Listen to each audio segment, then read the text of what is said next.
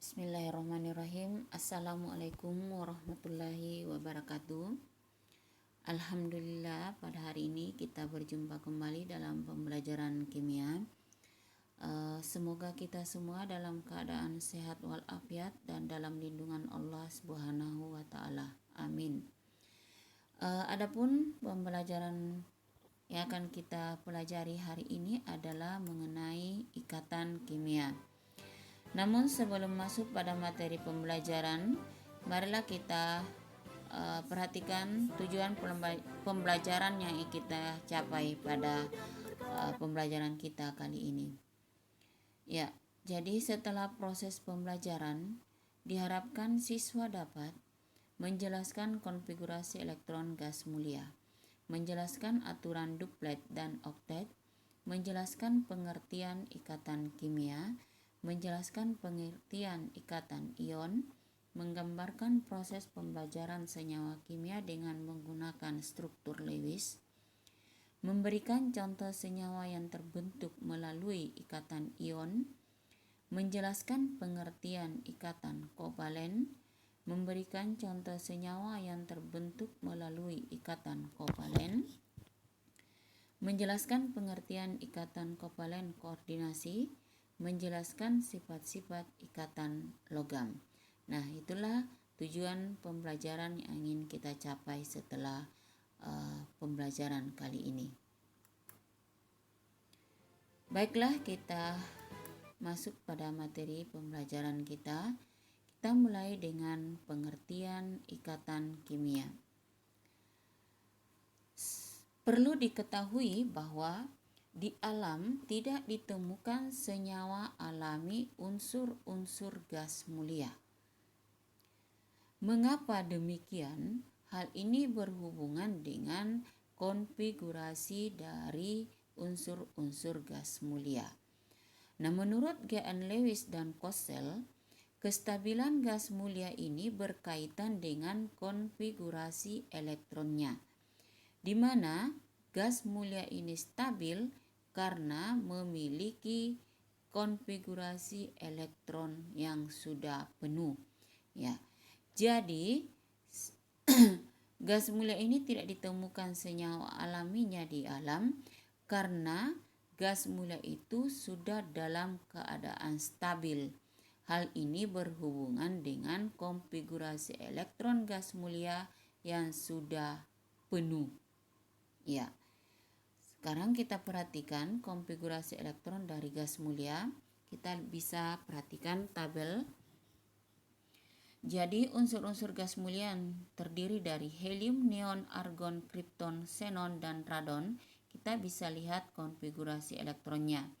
Pada helium terisi satu kulit, yaitu kulit K sebanyak 2 elektron. Ini sudah terisi penuh. Terisi penuh pada kulit K. Demikian juga pada neon terisi 2 kulit. Nah, ini juga terisi penuh. Argon terisi 3 kulit, terisi penuh. Kripton juga terisi penuh. Xenon, radon terisi penuh. Yang masing-masing elektron valensinya adalah 2888888. Nah, pada helium ini disebut memenuhi aturan duplet, dan helium, neon, argon, kripton, xenon ini memenuhi aturan oktet.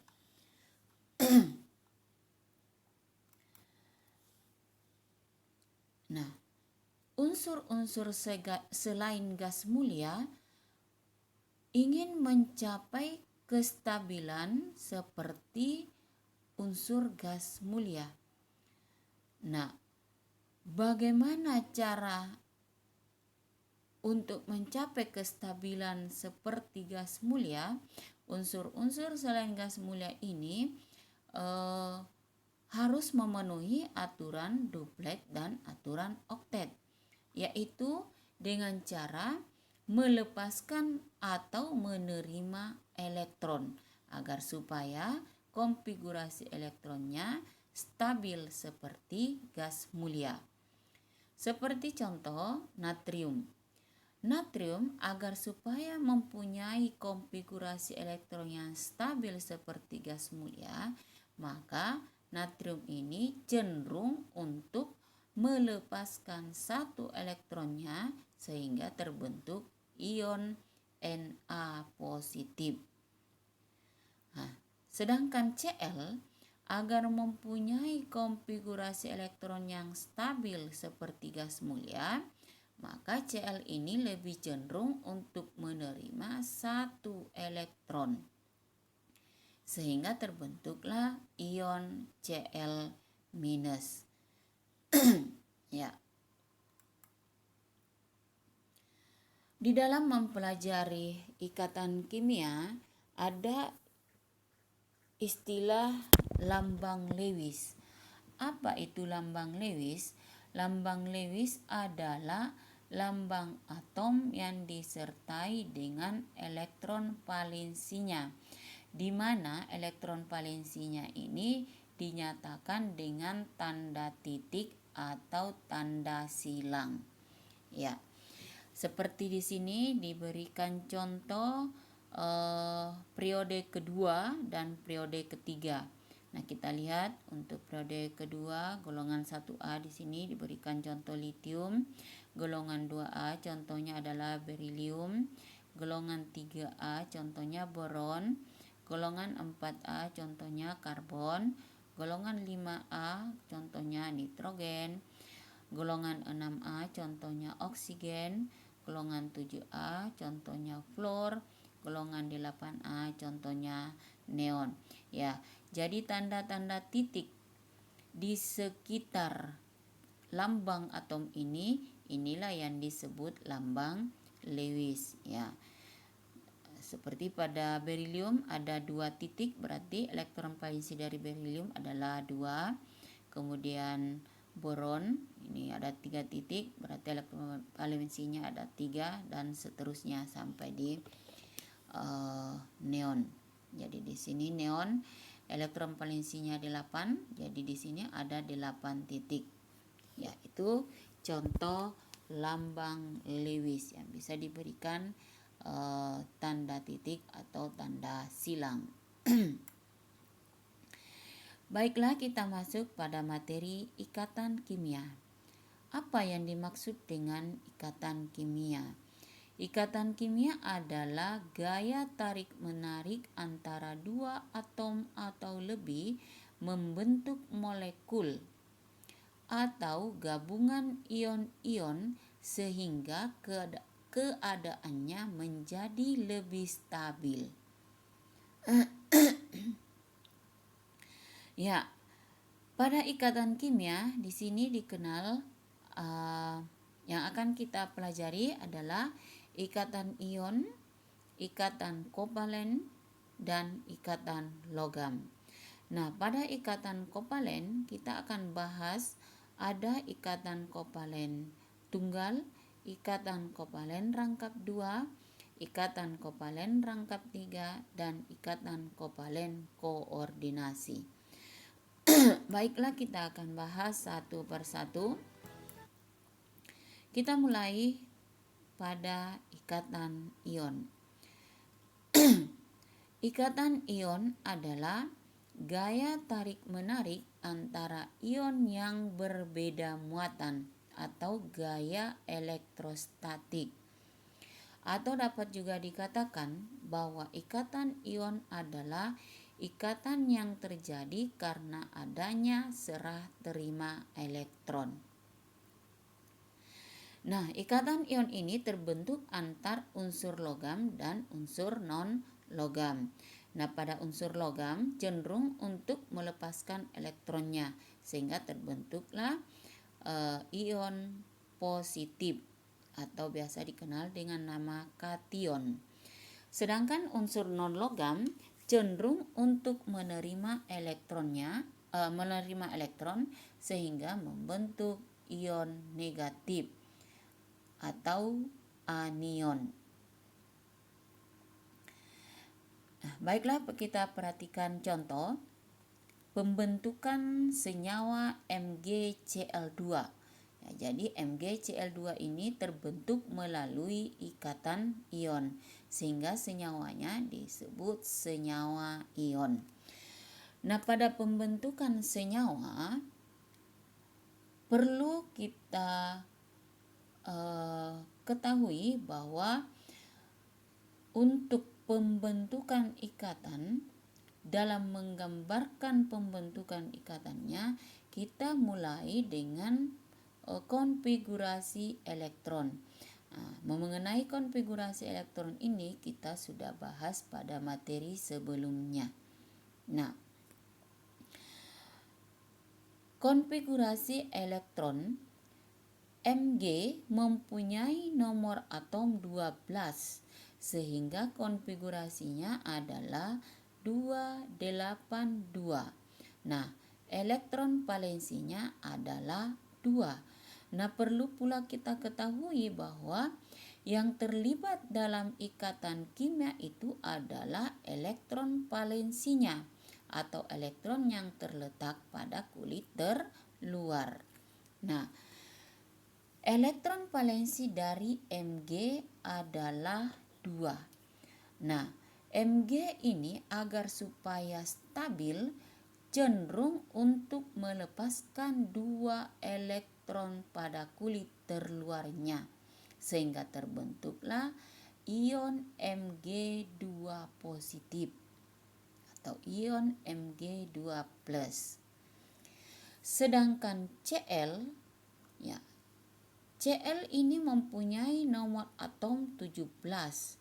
Nah, konfigurasinya adalah 287. Nah, agar supaya stabil, Cl ini lebih cenderung untuk menerima 1 elektron, sehingga terbentuklah ion Cl-. Ya, lebih cenderung menerima 1 elektron, sehingga terbentuk ion Cl-. Nah, dalam hal ini, untuk berikatan antara Mg dengan Cl, Mg akan melepaskan 2 elektronnya. Sedangkan untuk 1 atom Cl akan menerima 1 elektron. Maka dalam ikatannya di sini ada 1 ion Mg dan 2 ion Cl-, sehingga terbentuklah senyawa MgCl2. Ya. Itulah contoh pembentukan senyawa ion melalui ikatan ion. Sekarang kita lanjutkan ikatan kovalen. Ikatan kovalen adalah ikatan yang terbentuk dengan cara penggunaan pasangan elektron secara bersama-sama. Nah, ikatan kovalen ini terbentuk antar unsur non-logam dan non-logam. Nah, pada ikatan kovalen ini kita akan membahas ikatan kovalen tunggal, ikatan kovalen rangkap 2, ikatan kovalen rangkap 3, dan ikatan kovalen koordinasi. Nah, kita mulai ikatan kovalen tunggal. Pada ikatan kovalen tunggal, banyaknya pasangan elektron yang digunakan bersama-sama yaitu sebanyak sepasang atau 2 elektron.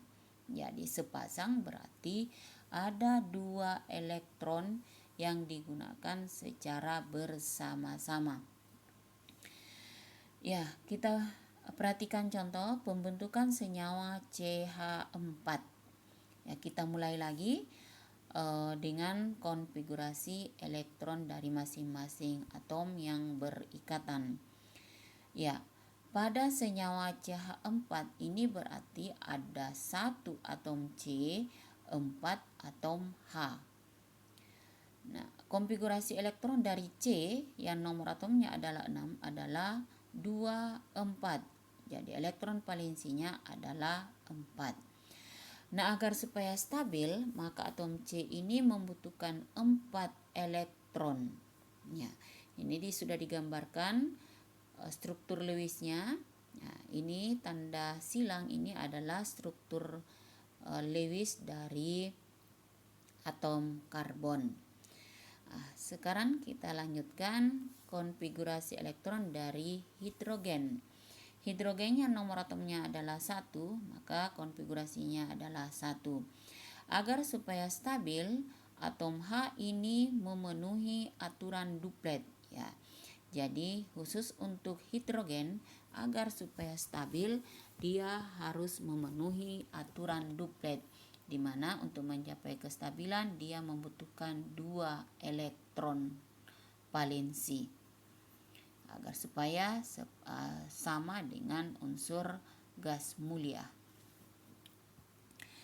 Nah, proses pembentukan ikatannya kita gambarkan dengan menggunakan struktur Lewis. Ya, kita gambarkan kembali struktur Lewis dari masing-masing atom yang akan berikatan. Di sini C kita gambarkan dengan tanda silang. Jadi struktur Lewisnya kita gunakan tanda silang. Kemudian unsur H kita menggunakan tanda titik. Nah, pada atom C ini kita lihat C ini menyumbangkan 1 elektronnya terhadap atom H. Jadi setiap atom H ini menerima 1 elektron dari unsur C. Sedangkan atom C menerima masing-masing 1 atom menerima 1 elektron dari masing-masing atom H. Nah, karena di sini ada 4 atom H, jadi masing-masing 4 atom H ini menyumbangkan 1 elektronnya terhadap atom C. Maka terbentuklah 4 pasang elektron yang digunakan bersama-sama. Ya, jadi 1 pasang antara C dengan H di sebelah kiri ini, 1 pasang elektron antara C dengan H, 1 pasang elektron antara C dengan H yang di sebelah kanan, dan 1 pasang elektron antara C dengan H yang digunakan bersama-sama. Ya, jadi masing-masing 1 pasang elektron yang digunakan bersama-sama. Sehingga kedua atom ini, C dan H ini menjadi lebih stabil keadaannya. Nah, pasangan elektron yang digunakan untuk berikatan ini biasa kita singkat dengan PeI. Jadi ini adalah singkatan dari pasangan elektron ikatan. Nah, pasangan elektron ikatan ini bisa kita ganti dengan tanda garis. Nah, karena ada 4 pasang elektron yang digunakan bersama, nah semuanya dalam setiap pasangan ini ada 1 pasang dengan antara C dengan H yang di sebelah kiri, 1 pasang dengan C dengan H yang di sebelah atas, 1 pasang antara C dengan H yang di sebelah kanan, 1 pasang antara C dengan H di sebelah kiri. Nah, ini kita ganti dengan tanda garis.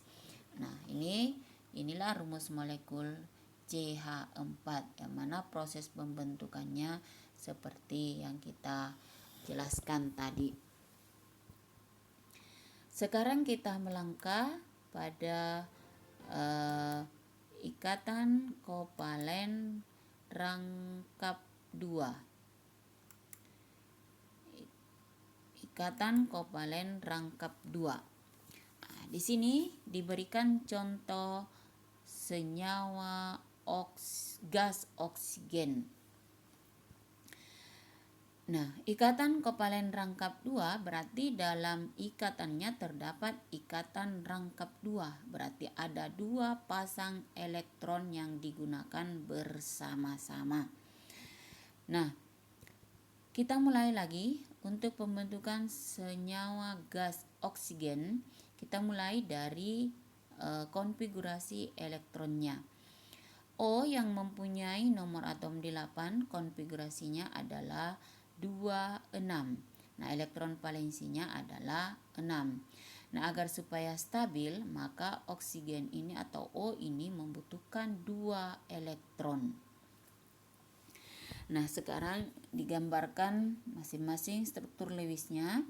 Struktur Lewisnya untuk O yang pertama ini kita menggunakan tanda silang. Kemudian untuk O yang kedua kita menggunakan tanda titik. Nah, ini untuk supaya kita bisa membedakan bahwa yang tanda silang ini adalah milik dari O yang pertama dan tanda titik ini adalah milik dari O yang kedua. Ya, kita lihat struktur Lewisnya. Untuk O yang di sebelah kiri kita perhatikan ini elektron milik O yang di sebelah kiri. Kemudian yang tanda titik ini milik O yang di sebelah kanan. Nah, agar O kedua atom O ini stabil, maka masing-masing atom O menyumbangkan 2 elektronnya. Kemudian digunakan bersama-sama sehingga kedua atom ini mencapai kestabilan konfigurasi. Nah, terbentuklah 2 pasangan elektron ikatan. Terbentuklah 2 pasangan elektron ikatan. Nah, di samping pasangan elektron ikatan, ternyata di sini ada pasangan elektron yang tidak berikatan. Ini disebut pasangan elektron bebas. Ya, jadi pada O yang sebelah kiri ini ada 2 pasangan elektron yang tidak berikatan. Demikian juga pada O yang di sebelah kanan ada 2 pasangan elektron yang tidak berikatan. Jadi ini pasangan elektron bebas, ini juga pasangan elektron bebas. Ini pasangan elektron bebas, ini juga pasangan elektron bebas. Nah, sedangkan yang ini adalah pasangan elektron ikatannya. Nah, di sini pasangan elektron ikatannya kita ganti dengan tanda garis. Ya, di sini ada 2 tanda garis. Ini menandakan bahwa ada 2 pasangan elektron ikatan. Jadi ini adalah tanda garis, 2 garis ya, bukan tanda sama dengan. Nah, inilah proses pembentukan senyawa O2 atau gas oksigen yang rumus molekulnya adalah O2. Sekarang kita lanjutkan dengan contoh ikatan kovalen rangkap 3. Ya, ikatan kovalen rangkap 3 berarti pada ikatan kovalen ini banyaknya pasangan elektron yang digunakan bersama-sama sebanyak 3 pasang. Nah, contohnya di sini adalah pada pembentukan senyawa N2. Ya, kita mulai lagi dari konfigurasi elektronnya. N atau nitrogen mempunyai nomor atom 7 sehingga konfigurasinya adalah 25. Nah, nitrogen ini agar mencapai kestabilan yang seperti dengan gas mulia maka membutuhkan 3 elektron, atau agar supaya memenuhi aturan oktet maka nitrogen ini membutuhkan 3 elektron lagi. Nah, kita gambarkan struktur Lewisnya. Untuk nitrogen yang pertama, struktur Lewisnya kita menggunakan tanda silang, ya, karena pembentukan ikatan N2 masing-masing adalah N, maka kita menggunakan struktur Lewis untuk nitrogen yang kedua ini menggunakan tanda titik. Nah, sekarang kita perhatikan gambar Lewis pembentukan senyawa dari N2. Kita perhatikan N yang di sebelah kiri ini. N yang di sebelah kiri ini menyumbangkan 3 elektronnya. Kemudian N yang di sebelah kanan juga menyumbangkan 3 elektron. 3 pasang elektron ini digunakan bersama-sama antara N yang di sebelah kiri dengan N yang di sebelah kanan, sehingga keduanya mencapai kestabilan bersama-sama. Ya, sehingga terbentuklah senyawa N2, ikatan N antara N2, yaitu ikatan antara N dengan N membentuk ikatan rangkap 3. Ya, jadi ada 3 pasang elektron yang digunakan bersama-sama. Sedangkan pasangan elektron bebasnya ada pada nitrogen yang bagian kiri ini ada 1 pasang elektron bebas. Demikian juga N yang di sebelah kanan ada 1 pasang elektron bebasnya. Nah, terbentuklah senyawa N2 yang rumus molekulnya seperti ini. Dituliskan N2. Ya, selanjutnya di samping ikatan kovalen tunggal, ikatan kovalen rangkap 2, ikatan kovalen rangkap 3, ada juga yang dikenal dengan ikatan kovalen koordinasi. Apa yang dimaksud dengan ikatan kovalen koordinasi? Ikatan kovalen koordinasi adalah ikatan kovalen di mana pasangan elektron yang digunakan bersama berasal dari salah satu atom saja. Nah, di sini diberikan contoh, ya, senyawa senyawa ion NH4+, senyawa SO3, senyawa NH3BCl3. Ya, masih banyak lagi contoh yang lain. Nah, namun di sini diberikan 3 contoh. Nah, sekarang perhatikan contoh pembentukan senyawa dari SO3. Jadi untuk lebih jelasnya, pembentukan yang senyawa ikatan kovalen koordinasi itu yang bagaimana? Kita perhatikan contoh pembentukan senyawa SO3. Kita mulai lagi dari konfigurasi elektron. Ya, di sini senyawa SO3 terbentuk dari 1 atom S dan 3 atom O. Nah, masing-masing konfigurasi elektronnya, S nomor atomnya 16 sehingga konfigurasinya adalah 286. Nah, kemudian digambarkan struktur Lewisnya dengan menggunakan tanda titik. Ya, diberi warna merah. Kemudian agar supaya stabil, atom S ini membutuhkan 2 elektron. Nah, kita lanjut konfigurasi dari atom O. O yang nomor atomnya 8, maka konfigurasinya adalah 26. Nah, agar supaya stabil, O ini membutuhkan 2 elektron. Nah, sekarang kita gambarkan struktur Lewis dari O ini dengan menggunakan tanda silang.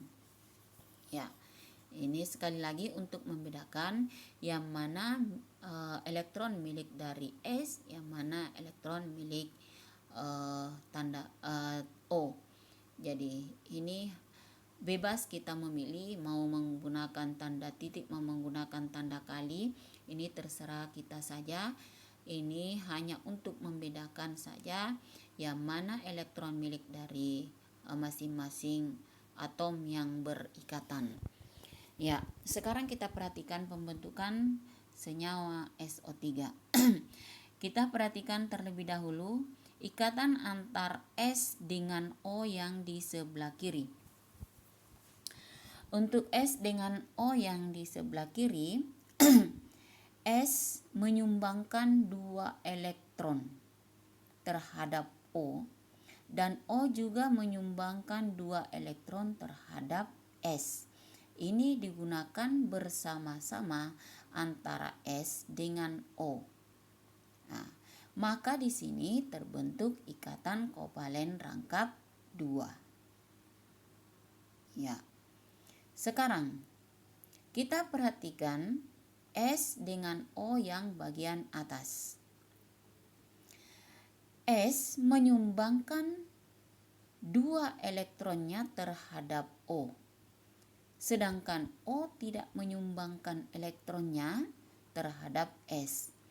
Nah, sumbangan dari elektron dari S ini digunakan bersama-sama antara S dengan O. Ya, digunakan bersama-sama antara S dengan O. Inilah yang disebut ikatan kovalen koordinasi. Ya. Jadi sama halnya dengan S dan O yang di sebelah kanan. S menyumbangkan 2 elektronnya terhadap O, sedangkan O tidak menyumbangkan elektronnya. Nah, elektron dari S inilah yang digunakan bersama-sama antara S dengan O. Nah, jadi pada ikatan antara S dan O membentuk SO3, ini terdapat 2 ikatan kovalen koordinasi dan ada 2 pasangan elektron yang digunakan bersama-sama antara S dengan O membentuk ikatan kovalen rangkap 2. Iya.